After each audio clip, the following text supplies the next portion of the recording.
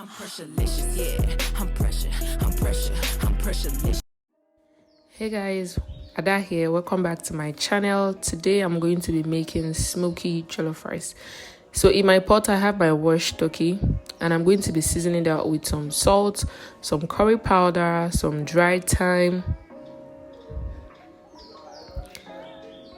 I'm also going to be using Benny seasoning powder, and then I'm going to be adding my chopped onions next and scotch bonnet pepper.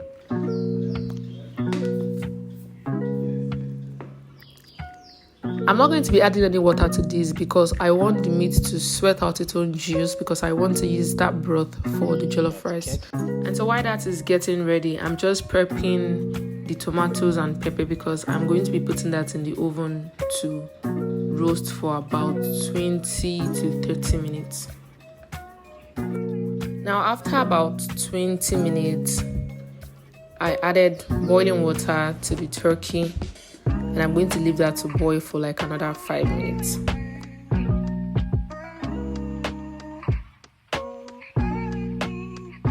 It's been about 6 minutes now and I'm going to take that out because it is ready. And then I'm going to be putting the pepper into the oven. And I did a little magic here. Voila. Yeah, so I fried my turkey while the tomato was in the oven, and now it's ready. You can even leave yours to get a little more burnt, but my light was very unstable and I could not wait, so I had to continue. I've taken it out and I'm going to be blending the pepper, the tomato, the onions. I'm going to be blending everything together to give me that consistency that I want for my jollof rice. Now for my jollof rice, I'm going to be starting with my vegetable oil, and then I went in with my onions to fry for about 3 minutes.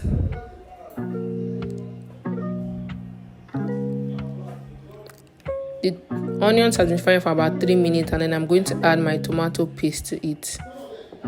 I used about 3 sachets of tomato paste because I am cooking 4 cups of rice, so I want it to be as red as possible.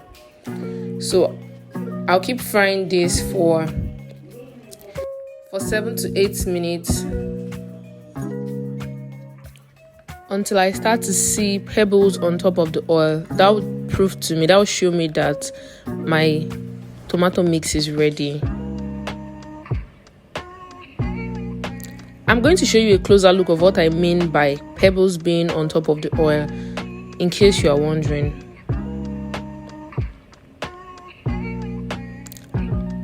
As you can see, you can begin to see tiny bubbles on top of, like in this mixture, you can begin to see tiny bubbles. This is to show that the tomato paste has been well fried.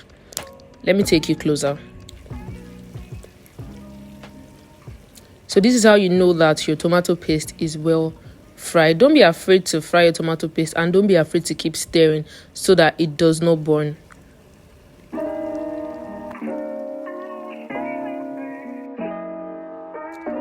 Now that this is ready, I'm going to be adding my pepper mix to this tomato paste. While adding this, I realized that my pepper mix might be a bit much for the quantity of rice I want to cook, and that's why I reduced it.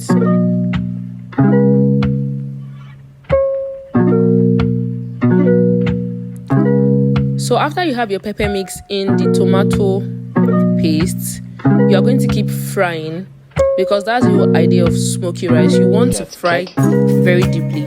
I also added a bit more, but as you can see, I did not use everything in the blender.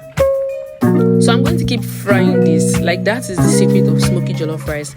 Don't be scared. Like, you need to leave that mix on fire. Like, it has to fry very, very well.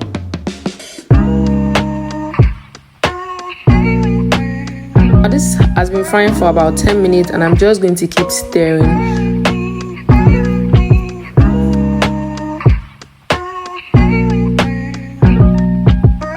I'm stirring because I don't want it to burn, but at the same time I want it to get very, very, very heated, if that makes sense.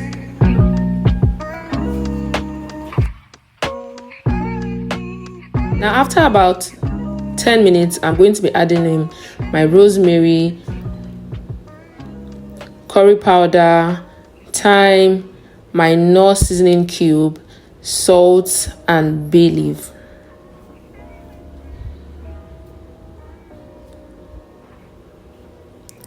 So for my 4 cups of rice, I only used 3 knorr cubes.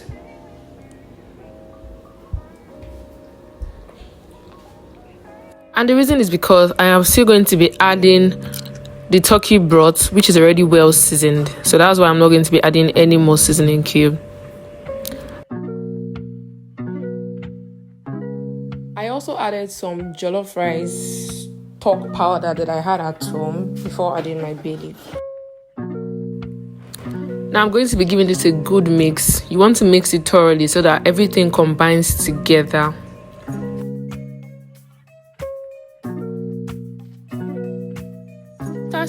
After stirring continuously, I am going to be giving this a quick taste to be sure that all my ingredients are properly mixed and nothing is too much.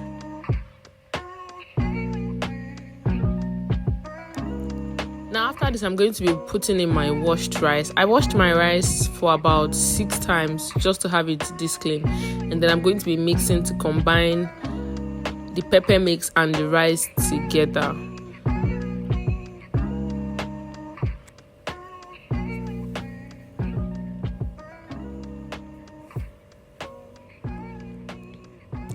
Take your time to stir this properly so that it mixes well together.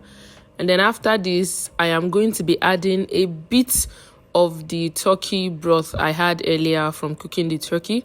I'm going to add it just a little bit because I don't want to cook the rice, but I want it to be like fried, if that makes sense.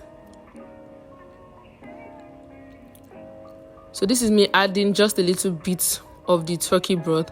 I just added a bit that will just cover the rice. I believe this will cook it, and I'm going to be cooking on low heat.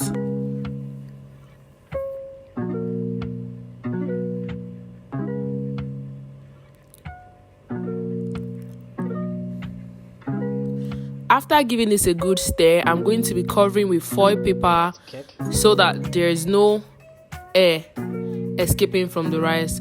Now after about 20 minutes, the rice is ready but not fully dried, so I'm going to be adding butter just to give it a bit of moisture, and I'm going to be adding sliced onions, spring onions, and tomato, fresh tomato. And after this, I'm going to cover it back with the foil paper so that the heat from the rice can, just make it a little soft.